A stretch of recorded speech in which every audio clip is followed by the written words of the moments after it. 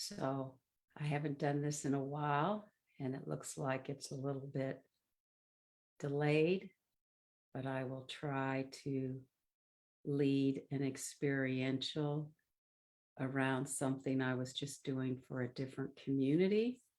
So we'll see how this goes. I'm trying to do this on my page, and hopefully it works. If not, well, whatever. So this particular live, I'm talking about discipline, practice, and taking one step at a time. So many of us view discipline as something negative, but any kind of behavior we repeat that becomes a habit can also be a good thing. We often look at habits in a negative way, but habits can also be very useful in organizing us for our day and keeping fit and eating well and things like that that really contribute to our health and well-being.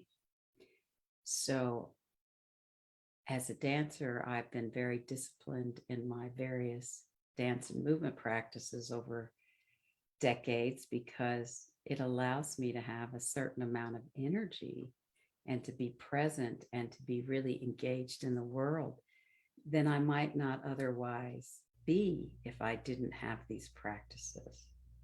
So we'll just do a little bit of movement to play with the words discipline. So as you start to move and inhabit the word discipline, what starts to move in your body? Do you feel grounded with it, or is it kind of icky and you feel like discipline? That discipline has that negative connotation that I must do. I must do X. I must do Y. So perhaps, you want to slice through that discipline, or perhaps you want to inhabit it in a way that works for you. So how does discipline organize in your body?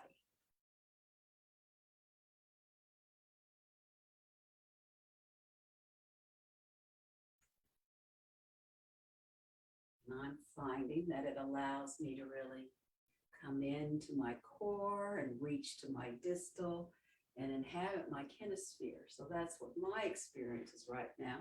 You could have something completely different. And then what happens when you inhabit the word practice? Practice can feel like repetition, so that you're doing something over and over and over again to get it right or perfect. But I always say it's practice and not perfect, because being perfect doesn't really exist, does it? I mean, we can see pretty amazing physical perfection in sports and dance and other places, but we know things are transitory, that how do we accommodate to our practices, and what practices do we live with every day? And again, this can be, we cultivate them into habits, or we cultivate them into ways that we really deeply nourish and care for ourselves. So how does the word practice inhabits your body?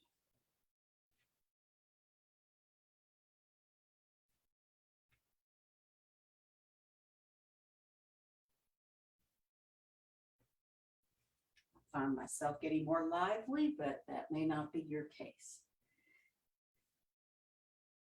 And then if we go into the word one step at a time, too often people are talking about we just need to take a step forward. But that's one of my bugs, because I think as a dancer, we can step in so many ways. We can step up, We can step down. We can actually step into the ground. We can, of course, step sideways. We can step backwards. We can step on the diagonal. We can step forward. We can step in circles. We can go around, use curvy pathways. So when we imagine just taking a step at a time, how do we want to take that step? Maybe it's simple. Maybe it's got a bit of embellishment. And maybe we just want to stand still for a moment and take a pause.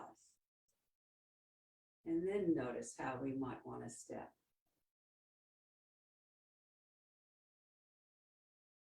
So as you go about your day, perhaps you want to settle into these words and allow them to move you in whatever way feels useful. And make these lives as a way of helping you engage with your process and your body. So, thank you very much for joining me, and I hope there was something in this that was useful to you.